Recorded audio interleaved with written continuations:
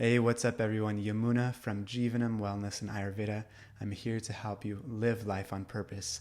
And today we're going to be diving into a topic I feel is extremely important for pretty much every single person on the planet, but I think is mostly affecting the modern man. And that is overcoming dissatisfaction and overcoming the product of dissatisfaction, which is vice and the sort of lower, unevolved choices that we make to cover up our dissatisfaction. So what I'm going to be doing is just giving a sort of dissection of why dissatisfaction arises, the types of dissatisfaction and what vices arise from those, and then a really proven method I've used with hundreds of people to help them get an amazing grip over their dissatisfaction and lower tendencies. So I hope you enjoy. Please like, subscribe, share this, leave a comment for the algorithm gods, and I hope you enjoy. So let's dive in. The first thing to understand is that there's two universal categories of dissatisfaction.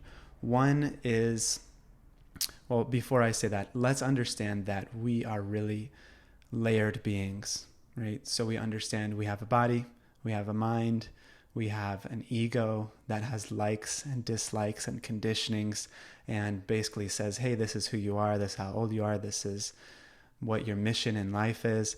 And then beyond that, we have this place in us that is completely stable, unchangeable, immovable, and that is known by many names: the soul, the self, the spirit, the Atman, by many different traditions. But really, it's that part of you that is completely unchangeable, right? Our body may change, our mind may change, and our ego may even change, but that part of you stays steady. So really, the first universal category of dissatisfaction is relating to that layer of your being that is your essential self or soul or spirit, and the dissatisfaction that arises from being disconnected from that, from having that part of you be covered over by dust and dirt of all the conditionings and experiences and traumas and things that we've gone through in this world that disconnects us from that innate part of us that's blissful, full of knowledge, full of joy,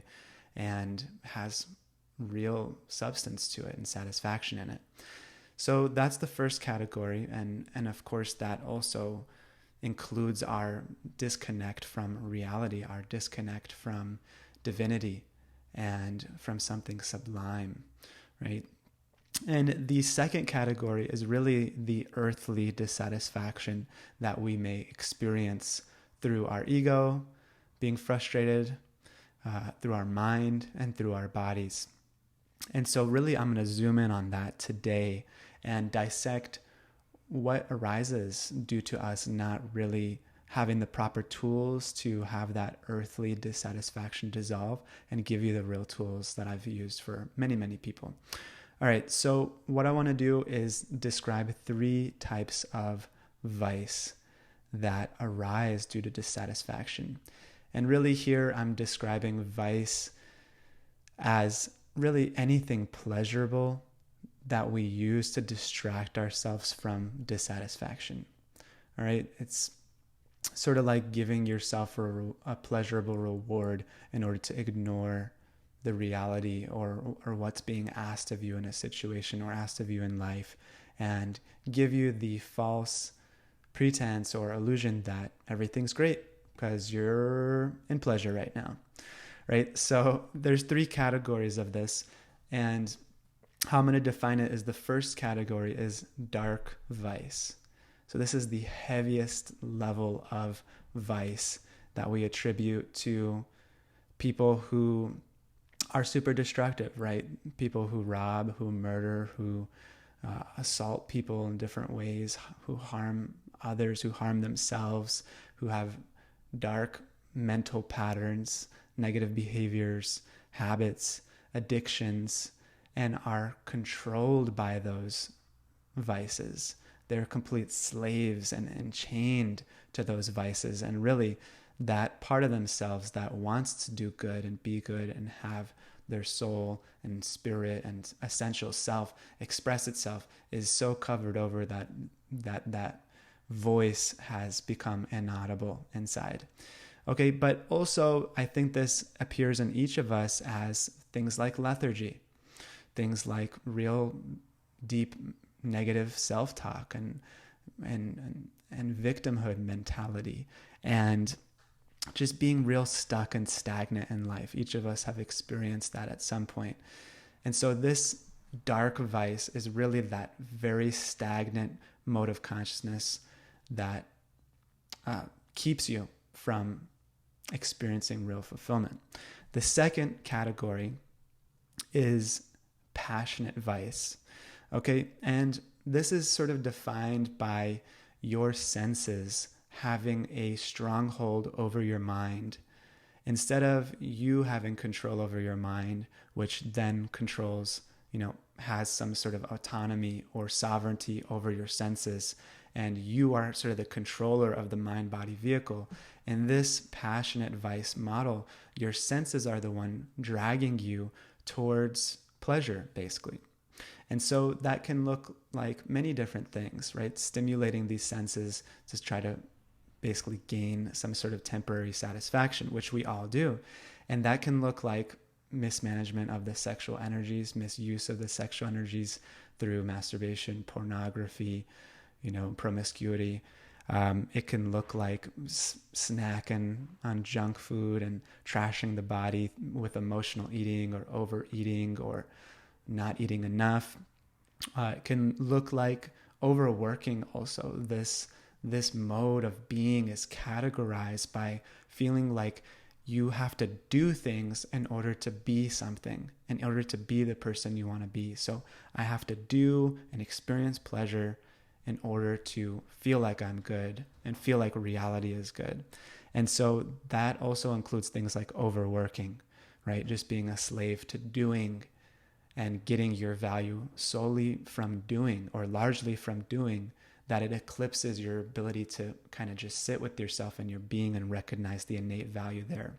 So that is the second mode of vice, is the passionate vice. All right, so that first mode is the dark vice. And I think a lot of the pitfalls when people try to give advice to someone in that category of dark vice is like, hey, why don't you snap out of it? Why don't you do all these great things for yourself? Why don't you just think more positively? Why don't you meditate or do some yoga or whatever? And while all those things are certainly beneficial and positive, when someone's really in that stagnant space, they can't just snap out of it. It's going to require a different process, I'll say in a moment. All right, then we had the passionate vice, which is your senses kind of taking hold, and really you're just getting pleasure through stimulating your eyes, stimulating your ears, your mouth, your nose, and having your senses, right? Your ears drag you towards sound that's stimulating, like gossip or news or whatever it is. Your eyes dragging you towards sight. Maybe you see something in a store and it drags you in. Your tongue and your nose dragging you towards eating the things, even if it's not really going to nourish you on a real deep level. All right, then this third category of vice is really subtle. And I think it takes some real self-reflection and self-awareness and mastery to gain. But what I want to call it is the vice of goodness. What do I mean by that?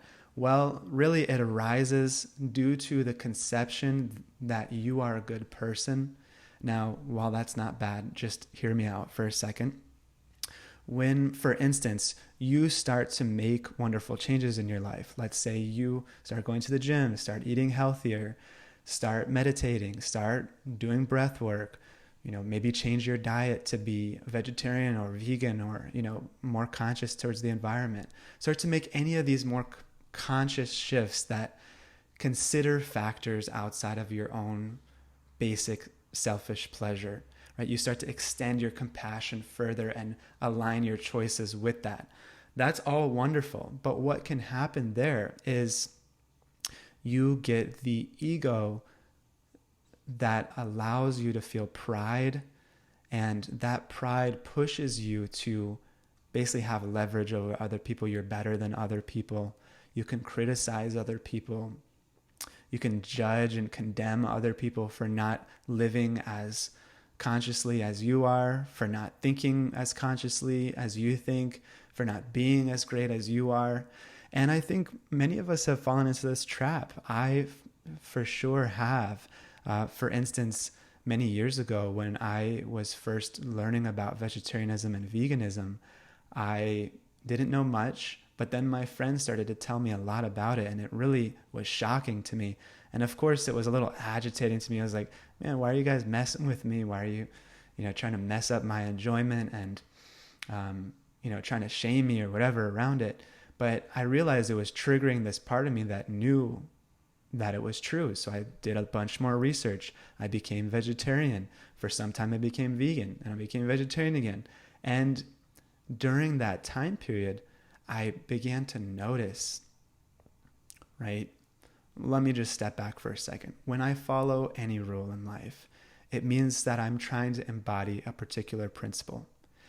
When you're trying to be vegetarian or vegan, largely many people do it so they can reduce the harm on the environment and harm on animals and harm on their own body. And so the principle is nonviolence, or ahimsa in Sanskrit. And so then I caught myself judging people who are not at where I'm at, who are eating meat, who are not aware of the environmental effects or of the harm that they're doing to other living entities. And so I was kind of judging them in my mind, and even sometimes getting into debates and being a little rough and criticizing. And I realized, hey, the whole principle here is nonviolence to living entities. And so if I'm just eating vegetarian, which there's nothing super impressive about, right? Like a pigeon is a vegetarian, a monkey is a vegetarian. Like there's nothing innately spiritual or super, advanced about being vegetarian. Tons of animals are vegetarian.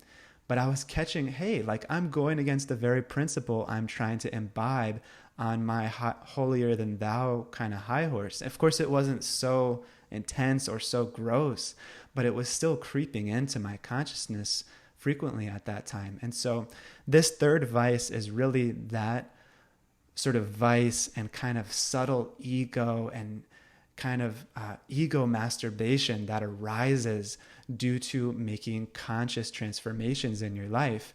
And we can all get caught in this. Okay, so that's the third type of vice, to really the last snare of vice, I should say, before you can just be the person who's conscious without needing to rub it in other people's face or use it as leverage over other people, but you're just good in yourself. And, I'm not Christian, but I love this idea from Jesus that he told his disciples, go out and preach, but only use words if you have to. That's always really stuck with me. And that our character and who we are should be enough to communicate the ideals we stand for, and should be, if we're powerfully living it, it's a powerful enough stimulus for someone else to change their life. Okay, so we had the dark vice, we had the passionate or sensual vice or sensory vice, and then we had the goodness vice as the three different categories.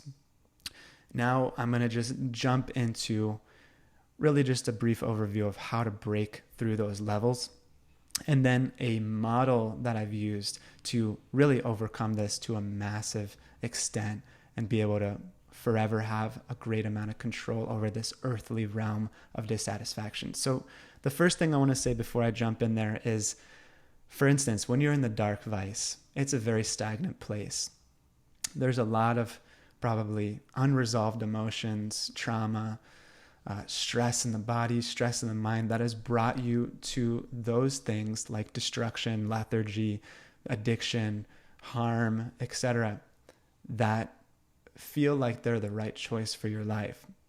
When you're in that place, really what needs to happen is the stagnancy needs to be dissolved. That doesn't happen really on a deep level by just sitting in meditation or breathing or anything like that. That can certainly help, but a lot of the times when you're in that consciousness, it's very, very hard to do that. Okay, so what needs to happen is the passionate sort of vice is sort of even a step up from that. So more activity, more doing, especially, activities that are healthy, going out for a walk, just sitting in the sun, having the sun break down the stagnancy of the mind. It's an amazing having your feet in the grass, committing to little things that begin to rewire the way that you get your stimulation. All right, so action is going to stimulate. Small actions are going to stimulate just breaking up that heaviness that's arisen in the consciousness. And now that that's covered, I want to just cover the model I use with many clients and students, which is the value-based living model. Now, this is the ultimate solution for the earthly dissatisfaction, because basically what this is embodying is you have to embody your ability to flex and do and be what is right and what is true over your desire to just do what feels good. Really, that's what integrity means, is you're committed to what's right and what's true and what's authentic, even when it doesn't feel good, and prioritize it over what does feel good sometimes. All right, and how I want to break this down is there's 5 essential values that when in integrity, you are going to feel satisfaction. Okay, the problem is most people, they don't have these 5 values. They haven't observed them, they haven't consciously approached them, and they're all misaligned with how you're actually using your time. So the idea here is that to the extent that you're living out of alignment with the values, essential human values that each of us hold sacred to some degree, that are essential for our flourishing, to the extent you're misaligned with those things, you're going to experience dissatisfaction. To the extent that you're dissatisfied, you're going to engage in vice, because that's the only alternative, is the quick sort of pleasure to distract yourself from the deeper needs that are going unmet. All right, so the 5 values are your spiritual life. Now it's the kind of existential dissatisfaction, so we'll leave that one out for now. Of course, super essential. Then there's your health, there's your relationships, there's your purpose, and there's your wealth. All right, so what I want you to do with these 5 values is create a hierarchy in your heart. All right, you can write it down on paper. What is most essential to me in my life? This should just take you 10 seconds to write down 1 through 5. What is the number one thing on that list? Spiritual life, health, wealth, purpose, or relationships that is important in my life. Would I prioritize that over number 2? Would I prioritize number 2 over number 3? And the important thing is that you don't compare this list with what you're actually doing now.